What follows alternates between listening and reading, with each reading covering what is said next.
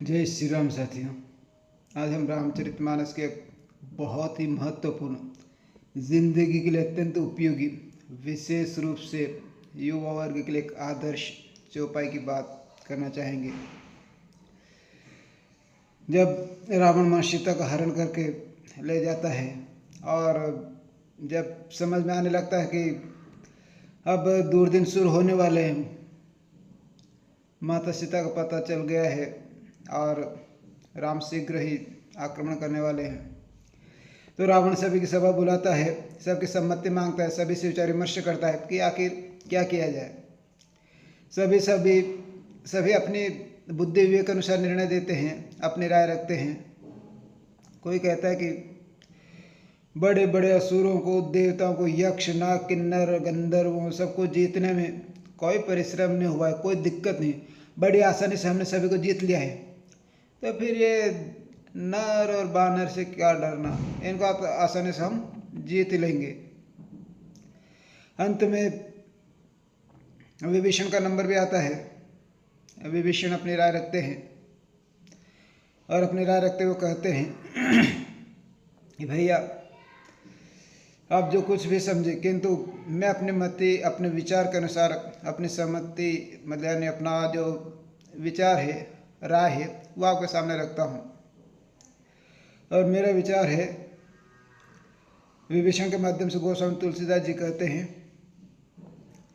जो आपन चाहे कल्याण, सुजसु सुमति शुभ गति सुख नाना, सो पर नार लीलार गोसाई, तजऊ चौथ के चंद किनाई।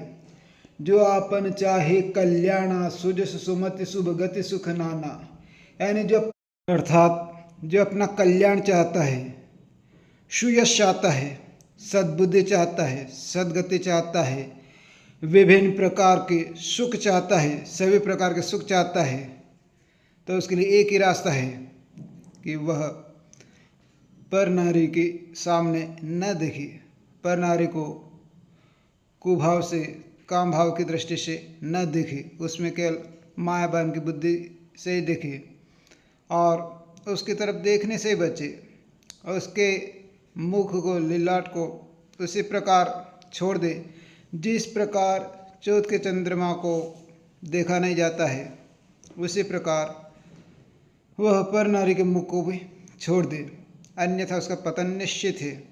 और आज के समय में इसकी सबसे ज़्यादा आवश्यकता, सबसे ज़्यादा दिक्कत आज के समय में यही है। लोग इस बात को महत्व नहीं समझते हैं। मोबाइल, चलचित्र माध्यम के आदि के द्वारा बहुत जल्दी ही युवा इस रास्ते से भटक जाते हैं और अपना जीवन निस्तेज, प्रवाहहीन और बिल्कुल बेकार कर लेते हैं। जीवन बिल्कुल अधोगति में चला जाता है, निराश, हताश हो जाते हैं, नशे की चपेट में आ जाते हैं, कमज़ोर, लाचार बन जाते हैं और अपने एक भौतिक जीवन को भी सही तरीके से नहीं चला पाते हैं। अतः बहुत ज़रूरी है, यदि जीवन को सुखी, समुन्नत करना है, बहुत अच्छी स्थिति में ले जाना है, निश्चित रूप से तुलसीदास जी के इस आदर्श वाक्य को, इस चौपाई को सदैव अपने ध्यान में रखिए और इसका पालन कीजिए। जो आपन चाहे कल्याण, सुजस सुमति शुभ गति सुख नाना, सो पर नार लीलार गोसाई, तजऊ चौथ के चंद किनाई। निश्चित रूप से यह बहुत ही उपयोगी, प्रेरणादायक है। आप जहाँ तक हो सके इसका पालन कीजिए और अपने